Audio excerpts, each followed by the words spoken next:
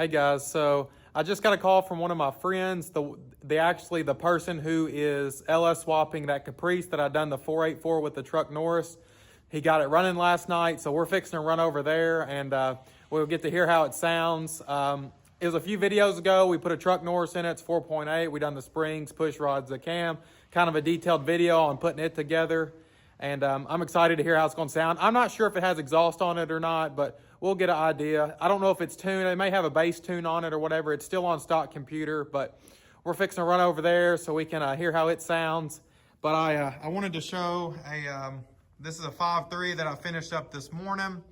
It's for one of my best friends. I don't know what it's going in yet. Maybe his K5 Blazer. We're pretty much done with it. We have to put the balancer on. We got to paint the front of the block and stuff like that.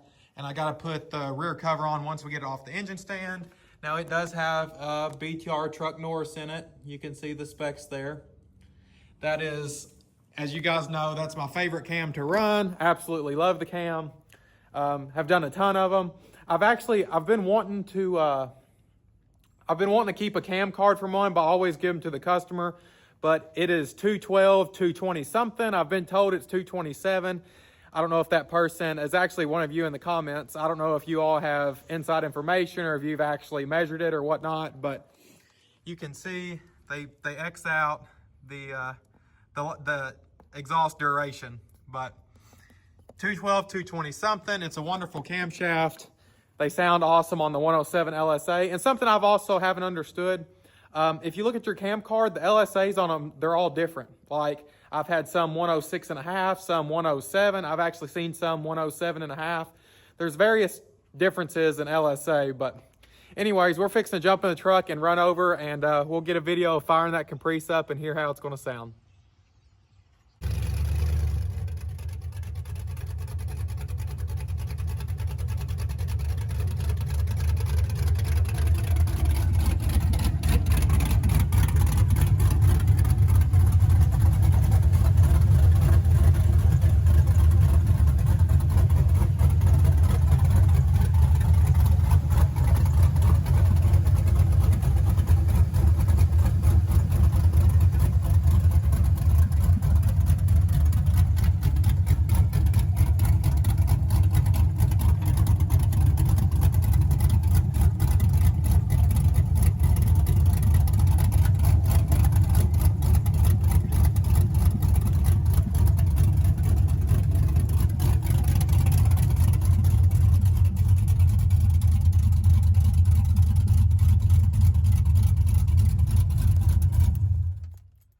So it doesn't have exhaust on it right now, as you could probably hear, so you can't really get a good idea of what it's going to sound like. It's open header. They look like 1 3/4 long tubes. I'm not sure what brand they are. And this is the 4.8 that we done the truck Norris cam in. As you've seen, it has good oil pressure and stuff. It is a BP automotive harness.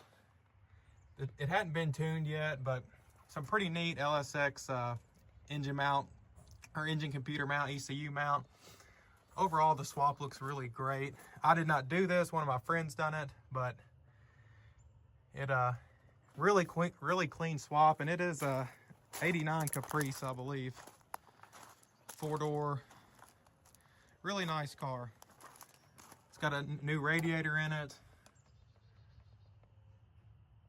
You can just see here, and actually the truck intake and the cover, it has been trimmed on a little bit, but it fits underneath the factory hood, so I thought that was pretty neat. It's a 4060. It just got redone. 3200 converter in it. I'm not sure what brand. I believe it's Circle D. But overall, it looks really good. I'm really surprised. It's nice to see an engine that I've worked on be in the car and hear it running. So I'm always sort of nervous whenever like I'll do one and I don't get to hear it run before I send it to the customer. But this one seems to run really good, especially for not being tuned, and with the cam and stuff, and especially being open headers, the O2s get fresh air, and that normally will let one not run too good. But overall, it's a super nice swap, and it's in a nice car as well.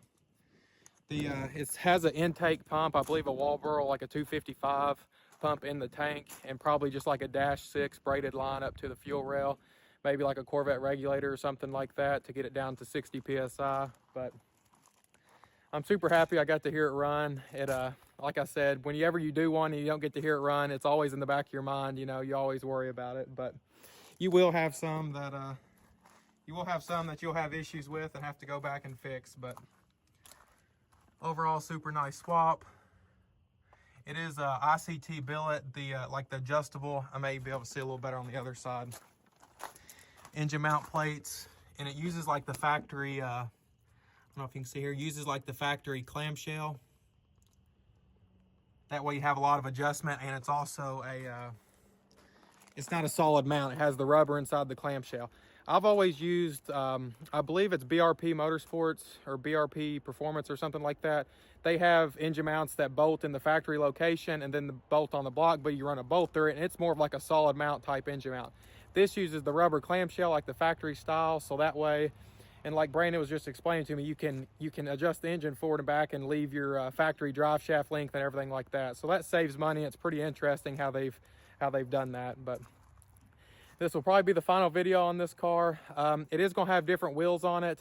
I don't know. I guess I can't really call it a donk. I'm not sure the year there, but where the big wheels, those people do a lot of shows and stuff like that. That's becoming super popular, especially big wheel races. They drag race on big wheels and stuff, but it should look good. But this is going to finish out this video. Like I said, this is a Gen 3 4.8. 1 3/4 long tubes and the Brian Tooley Truck Norris cam. It is the regular Truck Norris, not the NSR, so it has the springs and the push rods and that sort of thing. And we did put a new oil pump in it. You've seen the oil pressure. It has great oil pressure. But this is going to do it for this video. Thanks for watching. Please like, subscribe, and share.